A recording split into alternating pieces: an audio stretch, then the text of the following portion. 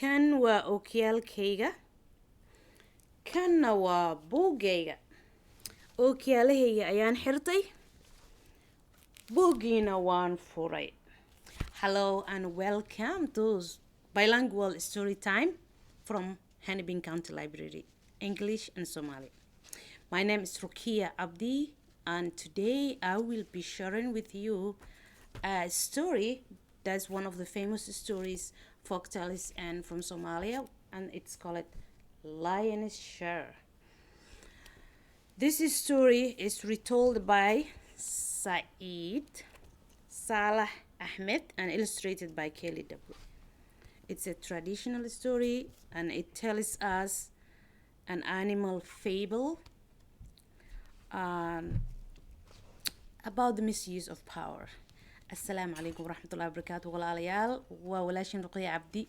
Waxaan maanta rabaa inaan idinla wadaago sheeko la yiraahdo qayb libaax. Waxaan ka shaqeeyaa maktabada Hennepin County.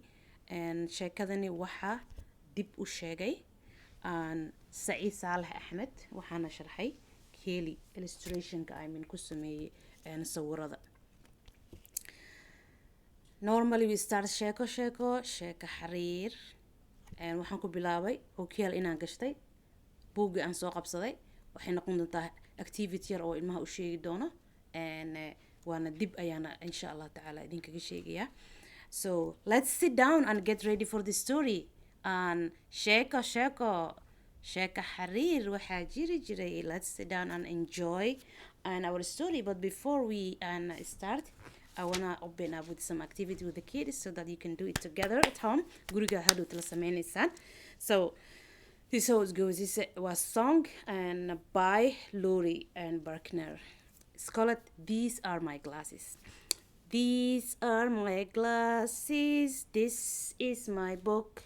I put on my glasses and open up the book. Then I read, and I look. I put down my glasses and close up the book. Okay, let's do it together. If you don't have eyeglass, you can have a paper eyeglasses, okay? These are my glasses. This is my book. I put on my glasses and open up the book. Then I read, and I look. I put down my glasses and close up the book. Somali ayadoo waxaan idinkaga sheegayaa dib aan idinkaga sheegi doonaa.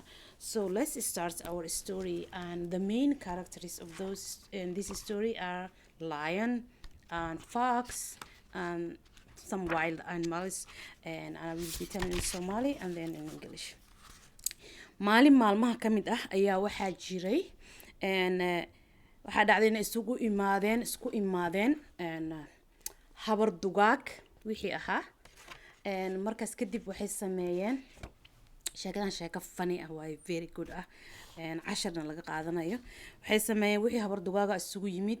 Markay isku yimaadeen waxay sameeyeen geel oo cayilan ayay arkeen. Kuwa kale adii ka ciirsadeen kuwa meel kale lagu sheegaa. Ala kulli xaal geel cayilan oo fiican ay qabsadeen way dileen. Geelka markii ay arkeen ay dileen inay hadda maxaa la rabaa inay cunaan because cuntadoodii waay Soomaa. Markay saas yeeleen geelkii isagoo u yaalo diyaar u ma cunin. Waa wixii habar dugaag all of them ayagana soo yimid. Maxay sugayaan in uu libaaxa waxaa la dhahaa mar walbo waa boqorkii xayawaanada king waay. Marka waxaa la rabaa inuu permission siiyo fasax siiyo si ay u cunaan cuntadii. Camal waa anagu bariis iyo hilib inta la soo diyaariyay oo la soo dhigay dadkii dhan gaajo haysa ma cuni karaan. Waxaa la sugayaa qofka madaxda inuu fasax siiyo. Waxaa dhacday markii libaaxi yimid. Libaaxi markuu soo galay wuxuu rabaa inuu asagii cuno magta u jeeda sheekada in la sugayo asaga iska sii waalwaalay intuu buuf iska dhigo saas ugu socday dam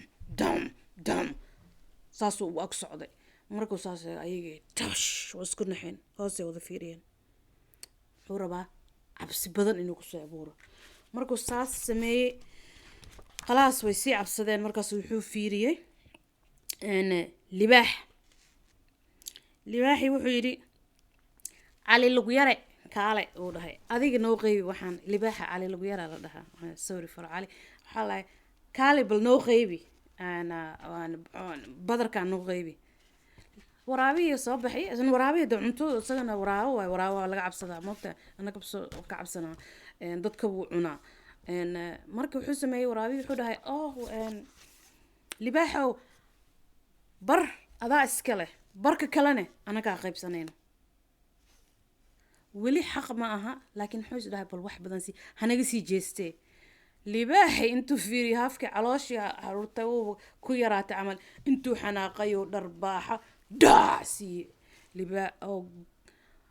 waraabihii ishii intay kasoo dhacday saas ugu soo lalaado isku naxay uu ceeboobay hoos fiiriye uu iska baxay waraabayaalkii kalene isleen isagaa hogaaminaya odaygii waaye waa raaceen meesha waa ku qadeen kuwaas saas markuu sameeyey yaa soo haray kuwii kale kasma ku qancin waa dhuuni moogtahay waxaa dhacay marka wuxuu dhahay wuxuu u wacay dawaco u wacay dawaco kaalayo dhahay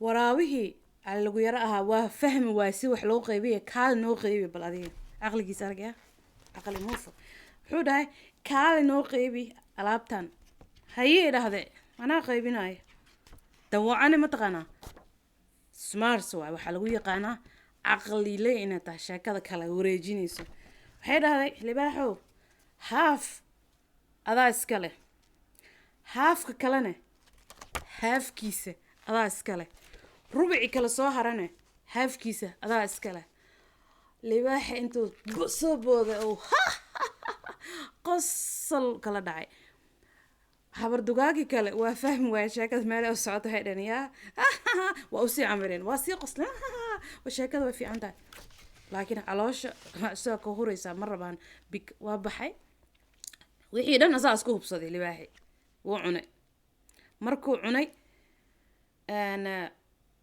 intuusan dhammeynina wuxuu dhahay horta focuskii wuxuu ku dhahay dawacadii wuxuu dhahay adiga caqli leeyahay yidhi yaa ku bari si wax loo qeybiye sheeko fiicnaa samaysay waxay tiri aniga wax ku bartay caliyaro lug isha kala laada markaan arkay tiri waa cashirkayga waan qaatay ilaan saa dharbaax ku dhuftay mogta calaa kulli xaal wixii kasoo harharay oo reebka ahaa ay cuneen markaasay dheheen qayb libaax xaq ma aha qaybta libaax u qaatay wax xaq ma aha marka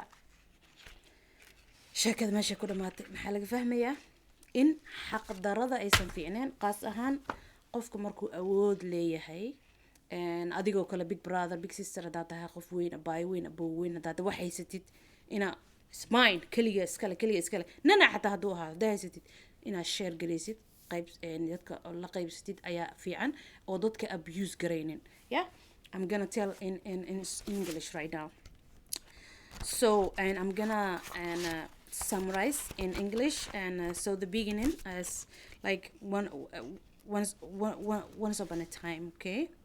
So it starts like what lucky on such a bright and big day. The beasts of prey were hunting together in the forest of Somalia late in the afternoon, and they found a big fat camel. So they found a big fat camel so that they can eat because they're wild animals. They all came together, and little historical context to the lion and is considered the king of the animals in every story you will find in Somalia. So they found that I mean the camel and then they killed the camel. So it's a good food for them, right? But they put over there the food, but they could not eat. They could not eat the food, and all of them they sat down over there. The reason is because they are afraid of the lion. So the lion, they can't eat without permission, since the lion is the king.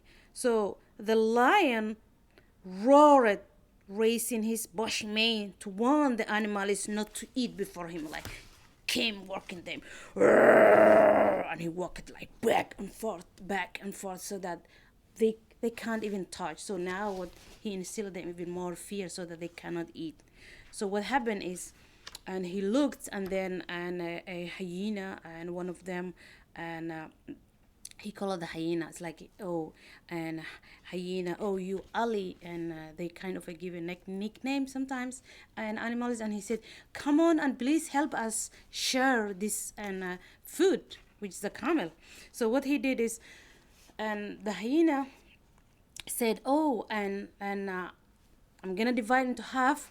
Half of it is for you, the lion, and the half is for us. So the rest of the, the and animals over there, so that they can share. So the reason, and he gave the half is because he's afraid, right? However, the lion didn't like the half. He thought it was so small for him, and then he slapped the hyena, boom, and then the hyena's eye popped up, and then with shame, because he was like, the leader of the clan, and he just left the hyena with his own group. Now the rest, and he called Fox.